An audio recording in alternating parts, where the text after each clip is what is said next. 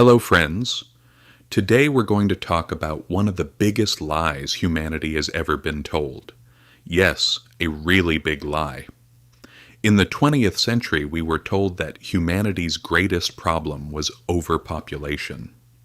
Remember those lines like, "The world is overcrowded, billions will starve." In 1968, Paul Ehrlich, in his book The Population Bomb, predicted that by the 1980s, billions of people would die from starvation. The book became so popular that governments around the world panicked. India forcibly sterilized millions of people, and China implemented the ruthless one-child policy. The media spread fear, showing crowded slums and warning, humanity is destroying itself. But they were wrong. Humanity quietly slowed its population growth, and today the real problem is very different. We have stopped creating new life. So, what exactly is demographic collapse? Let me explain. In modern societies, for the population to remain stable, an average woman needs to have 2.1 children. This is called the replacement rate. The problem is, most countries are below that.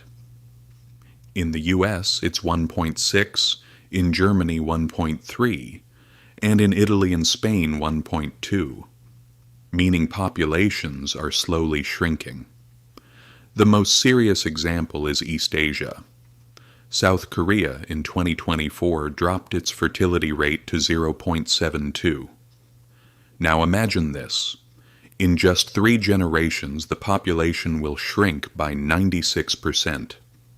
Universities are emptying, elementary schools are turning into nursing homes, and the military is shrinking.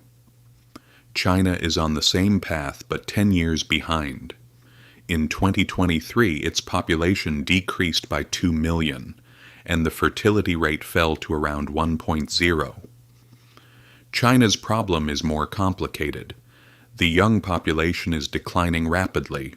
The elderly are increasing and there's no social security system. Europe is aging in a similar way. By 2050, 40 million workers are expected to be lost. That's equivalent to all of Germany's workforce. The US is somewhat lucky. Immigration helps delay the crisis a little. But even that is not a permanent solution. Now let's look at the economic side.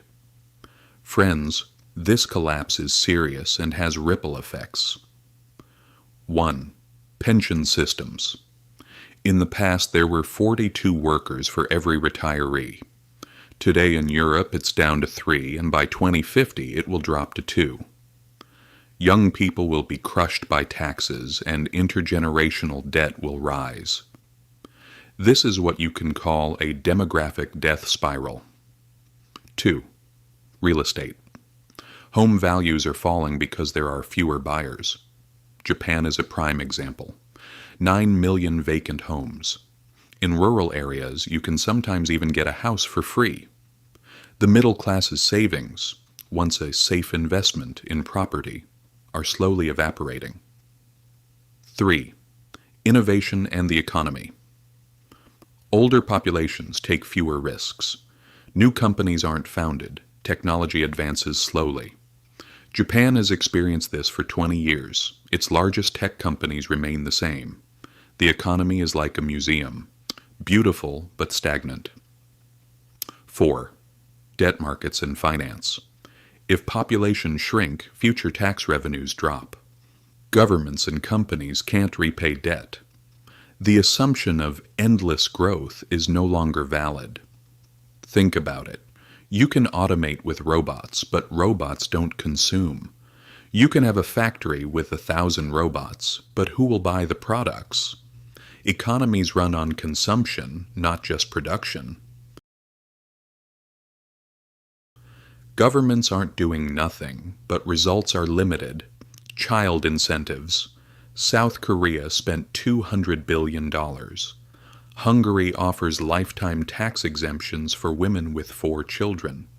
But fertility rates are not rising. Why? The economy is tough. Living costs are high. Young people are in debt, and uncertainty makes them hesitant. Immigration. The US, Canada, the UK, and Australia bring in young workers from abroad. It works in the short term, but source countries age quickly. It's a form of demographic colonialism. Technology solutions aren't enough either. Robots can produce, but they don't consume. Automation cannot fix this crisis.